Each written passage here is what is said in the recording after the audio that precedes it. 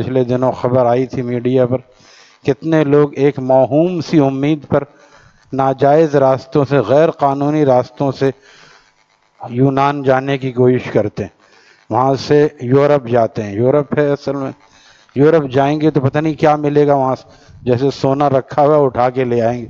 ایسی اگر جو پہنچ بھی جاتے ہیں تو آپ کو معلوم ہوگا، کیونکہ اکثر لوگ میڈیا سے قریب ہیں، ہم نے تو اسلام اخبار میں پڑھا کہ تقریباً 300 آدمی، 280-90 آدمی وہ ڈوب گئے، اس میں سے 30-40 کو بمشکل بچایا گیا۔ جو سرسری سے مجھے یاد ہے، 1-1.5 ہفتہ پہلے کی بات، 200 سے آدمی لگ بھگ آدمی ڈوب گئے اور سب انتقال کر گئے۔ کس لیے گئے تھے؟ دنیا کمانے کے لیے، ملک چھوڑ کے۔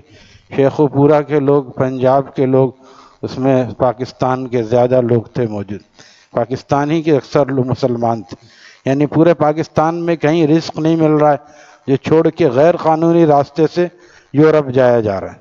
یہ کیا ہے؟ توکل کے خلاف، توکل کے خلاف۔ یہ نہیں ہے کہ اب کوئی بھی کرتا، 20-30-40 ہزار کسی کو بھی مل سکتے ہیں، جو بھی کرنے والا ہے۔ دال روٹی تو گزارا ہو، دال روٹی بھی گزارا کر لے۔ صحابہ نے کیا کھایا بتائیے؟ صحابہ نے تو، ماں عائشہ فرماتی کبھی بھی آپ نے 2 وقت کھانا پیٹ بھر کے نہیں کھایا، کبھی بھی آپ نے 2 سالن جمع نہیں کیے، جو اکثر ہمارے دسترخوانوں پر ہوتے ہیں۔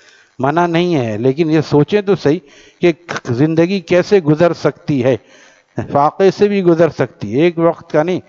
دیکھا جائے صحابہ کرام نے کتنے کتنے مہینوں کے فاقے کیے، ہمیں کتنے دن کا فاقہ ہوتا ہے؟ ایک صاحب کے یہاں پریشانی دور ہو جائے، 2 سال سے پریشان ہوں، بس نوکری نہیں ہے۔ میں نے کہا 2 سال میں کتنی دفعہ فاقے ہوئے ہیں آپ کو؟ 2-3 مہینے ہوئے ہوں کہ نہیں؟ فاقہ تو کوئی نہیں ہوا، پھر بھی پریشان ہے، پھر بھی پریشان ہے۔ فاقہ نہیں ہے پھر بھی، ان کو فاقہ ہوا وہ پریشان نہیں تھے، وہ جانتے تھے یہ زندگی کا خاصہ ہے، کبھی مل گیا تو شکر ادا کیا، نہیں ملا تو صبر کیا، پانی پی کے سو جاتے تھے۔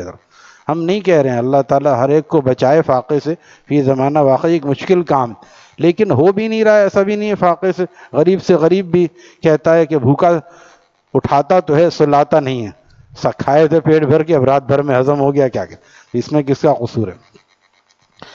تو میں نے ایک جگہ عرض کیا کہ کس قدر پرکیف و شیریں زندگی سنت میں ہے، کس قدر پرکیف و شیریں زندگی سنت میں ہے، ایسا لگتا ہے کہ جیسے آدمی جنت میں ہے، ایسا لگتا ہے کہ جیسے آدمی جنت میں۔